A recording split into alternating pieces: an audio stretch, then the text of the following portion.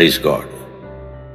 ഇന്ന് വായിക്കുന്ന വിശുദ്ധ വേദപുസ്തക ഭാഗം ഉൽപ്പത്തി പുസ്തകം 50-ാം അധ്യായം 1-ാം വാക്യം മുതൽ 26-ാം വാക്യം വരെ. അപ്പോൾ ജോസഫ് തൻ്റെ അപ്പൻ്റെ മുഖത്ത് വീണ് കരഞ്ഞ് അവനെ ചുംബിച്ചു.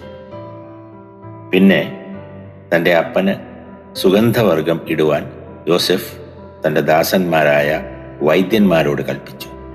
വൈദ്യന്മാർ ഇസ്രായേലിന് സുഗന്ധവർഗം ഇട്ടു. അങ്ങനെ 40 ദിവസം കഴിഞ്ഞു. സുഗന്ധവർഗം ഇടുവാൻ അത്ര ദിവസം വേണ്ടിവരും. മിസ്രയമ്യർ അവനെക്കുറിച്ച് 70 ദിവസം വിലാപം കഴിച്ചു. അവനായുള്ള വിലാപകാലം കഴിഞ്ഞപ്പോൾ യോസെഫ് ഫറവോന്റെ ഗൃഹക്കാരോട് സംസാരിച്ചു. നിങ്ങൾക്ക് എന്നോട് ദയവുണ്ടെങ്കിൽ നിങ്ങൾ ഫറവോനോട്, എൻ്റെ അപ്പൻ ഇതാ ഞാൻ മരിക്കുന്നു, ഞാൻ കനാൻ ദേശത്ത് എനിക്ക് വേണ്ടി വെട്ടിയിരിക്കുന്ന കല്ലറയിൽ തന്നെ നീ എന്നെ അടക്കണമെന്ന് പറഞ്ഞ് എന്നെ കൊണ്ട് സത്യം ചെയ്യിച്ചിട്ടുണ്ട്. ആകയാൽ ഞാൻ പോയി എൻ്റെ അപ്പനെ അടക്കി മടങ്ങി വരുവാൻ അനുവാദത്തിന് അപേക്ഷിക്കുന്നു എന്നുണർത്തിപ്പീൻ എന്ന് പറഞ്ഞു. നിന്റെ അപ്പൻ നിന്നെ കൊണ്ട് സത്യം ചെയ്യിച്ചതുപോലെ നീ പോയി അവനെ അടക്കുക എന്ന് ഫറവോൻ കൽപ്പിച്ചു. അങ്ങനെ യോസഫ് അപ്പനെ അടക്കുവാൻ പോയി. ഫറവോന്റെ ഭൃത്യന്മാരും കോവിൽ അധികാരികളും മിസ്രൈം ദേശത്തിലെ പ്രമാണികളും യോസഫിന്റെ കുടുംബമൊക്കെയും അവന്റെ സഹോദരന്മാരും പിതൃഭവനവും അവനോടുകൂടെ പോയി. തങ്ങളുടെ കുഞ്ഞുകുട്ടികളെയും ആടുമാടുകളെയും മാത്രം അവർ ഗോഷൻ ദേശത്ത് വിട്ടേച്ചു പോയി. രഥങ്ങളും കുതിരയാളുകളും അവനോടുകൂടെ പോയി. അത് എത്രയും വലിയ കൂട്ടമായിരുന്നു. അവർ യോർദാൻ അക്കരെയുള്ള ഗോരൻ അതാദിൽ എത്തിയപ്പോൾ അവിടെ വെച്ച് എത്രയും ഗൗരവമായ പ്രലാപം കഴിച്ചു. ഇങ്ങനെ അവൻ 7 ദിവസം തൻ്റെ അപ്പനെ കുറിച്ച് വിലാപം കഴിച്ചു. ദേശനിവാസികളായ കനാന്യർ ഗോരൻ അതാദിലെ വിലാപം കണ്ടിട്ട് ഇത് മിസ്രൈമ്യരുടെ മഹാവിലാപം എന്ന് പറഞ്ഞു. അതുകൊണ്ട് ആ സ്ഥലത്തിന് ആബേൽ മിസ്രയീം എന്ന് പേരായി. അത് യോർദാൻ അക്കരെ ആകുന്നു. അവൻ കൽപ്പിച്ചിരുന്നത് പോലെ പുത്രന്മാർ അവന് ചെയ്തു. അവന്റെ പുത്രന്മാർ അവനെ കനാൻ ദേശത്തേക്ക് കൊണ്ടുപോയി.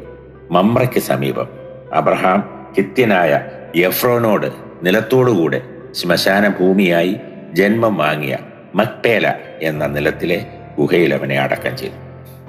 യോസേഫ് അപ്പനെ അടക്കിയ ശേഷം അവനും സഹോദരനും അവന്റെ അപ്പനെ അടക്കുവാൻ കൂടെ പോയിരുന്ന എല്ലാവരും മിസ്രൈമിലേക്ക് മടങ്ങിപ്പോന്നു. അപ്പൻ മരിച്ചുപോയി എന്ന് യോസഫിന്റെ സഹോദരന്മാർ കണ്ടിട്ട്, പക്ഷേ യോസഫ് നമ്മെ ദ്വേഷിച്ച് നാം അവനോട് ചെയ്ത സകല ദോഷത്തിനും നമ്മോട് പ്രതികാരം ചെയ്യുമെന്ന് പറഞ്ഞു. അവർ യോസെഫിന്റെ അടുക്കൽ ആളയച്ച്, അപ്പൻ മരിക്കും മുമ്പേ നിന്റെ സഹോദരന്മാർ നിന്നോട് ദോഷം ചെയ്തു.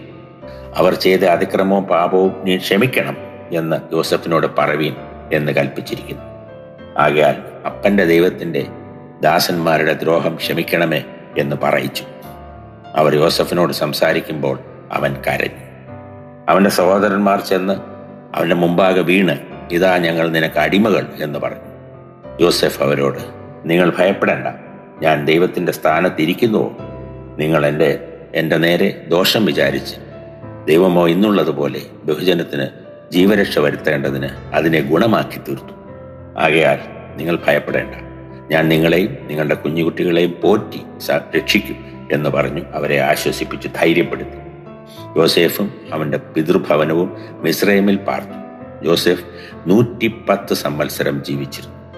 എഫ്രൈമിന്റെ 3-ാം തലമുറയിലെ മക്കളെയും കണ്ടു. മനശ്ശെയുടെ മകനായ മഹീരിന്റെ മക്കളും യോസേഫിന്റെ മടിയിൽ വളർന്നു. അനന്തരം യോസെഫ് തന്റെ സഹോദരന്മാരോട്, ഞാൻ മരിക്കുന്നു, എന്നാൽ ദൈവം നിങ്ങളെ സന്ദർശിക്കുകയും ഈ ദേശത്ത് നിന്ന് താൻ അബ്രഹാമിനോടും ഇസഹാക്കിനോടും യാക്കോബിനോടും സത്യം ചെയ്ത ദേശത്തേക്ക് കൊണ്ടുപോവുകയും ചെയ്യും എന്ന് പറഞ്ഞു. ദൈവം നിങ്ങളെ സന്ദർശിക്കുമ്പോൾ നിങ്ങൾ എൻ്റെ അസ്ഥികളെ ഇവിടെ നിന്ന് കൊണ്ടുപോകണമെന്ന് പറഞ്ഞ് യോസെഫ് ഇസ്രായേൽ മക്കളെ കൊണ്ട് സത്യം ചെയ്യിച്ചു. യോസെഫ് 110 വയസ്സുള്ളവനായി മരിച്ചു. അവന് സുഗന്ധവർഗമിട്ട് അവനെ മിസ്രൈമിൽ ഒരു ശവപ്പെട്ടിയിൽ വെച്ചു. ഇവിടെ വേദഭാഗം വായിച്ച് തീരുന്നു.